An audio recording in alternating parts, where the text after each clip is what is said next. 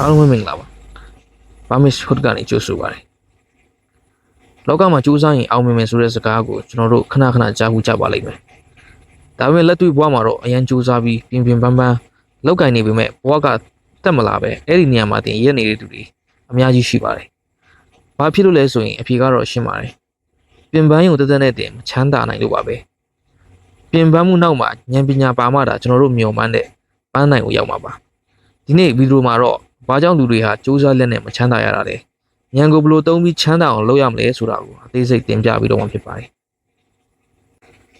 ကျွန်တော်တို့ပတ်ဝန်းကျင်မှာအလုပ်အပြင်ပန်းဆုံးလုပ်နေရတဲ့သူတွေကိုကြည့်လိုက်ပါစိုက်ကားနေတဲ့သူတွေ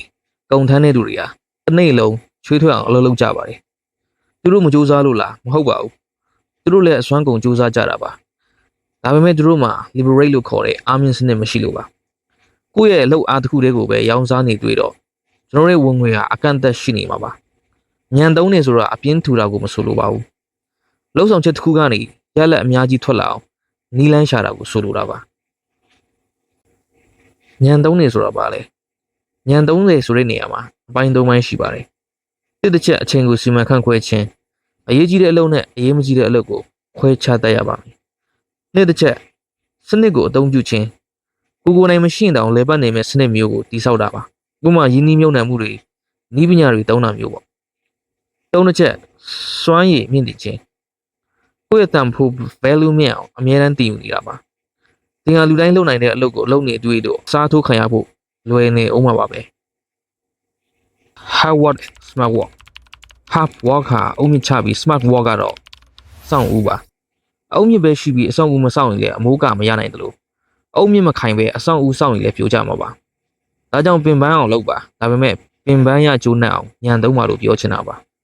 ဥပမာလူတယောက်ကတစ်ပင်ကိုပစိန်တုံးနဲ့တစ်နေ့လုံးခုတ်နေပြီဆိုရင်အရန်ပင်ပန်းနေပါလိမ့်မယ်ဒါပေမဲ့တနားရီလောက်အချိန်ပေးပြီးပစိန်ကိုအရင်တွေးလိုက်မယ်ဆိုရင်တော့အချိန်ကုန်တက်တာပြီးတစ်ပင်တွေအများကြီးပိုလဲသွားမှာပါနေ့ချုပ်ရရင်တော့အောင်မြင်ချမ်းသာဖို့အတွက်လောက်အားတင်မကပဲအုံနောက်ကိုပါအသုံးချဖို့လိုအပ်ပါတယ်ယနေ့ခေတ်ကနီးပညာတွေထွန်းကားနေတဲ့ခေတ်ဖြစ်တဲ့အတွက်ညံသုံးနိုင်တဲ့သူတွေအတွက်အခွင့်အလမ်းတွေအများကြီးရှိနေပါတယ်။သင်ကအခုပြင်ပန်းနေပြီလား။ဒါဆိုရင်ကိုကိုပြန်မေးကြည့်ပါ။ငါပြင်ပန်းရကြိုးရောနိုင်ရလား။ငါရဲ့လှုပ်ဆောင်ချက်တွေကိုပို့ပြီးထိရအောင်ဘလို့ညံသုံးမလဲဆိုတာကိုပါခုကစပြီးစူးစမ်းမှုတိုင်းမှာဉာဏ်ပညာပါဝင်ပါစေလို့ဘာမစ်ရှုတ်ကနေဆုတောင်းပေးလိုက်ပါတယ်။အားလုံးပဲကျမ်းမာချမ်းသာရွှေလန်းကြပါစေဗျာ။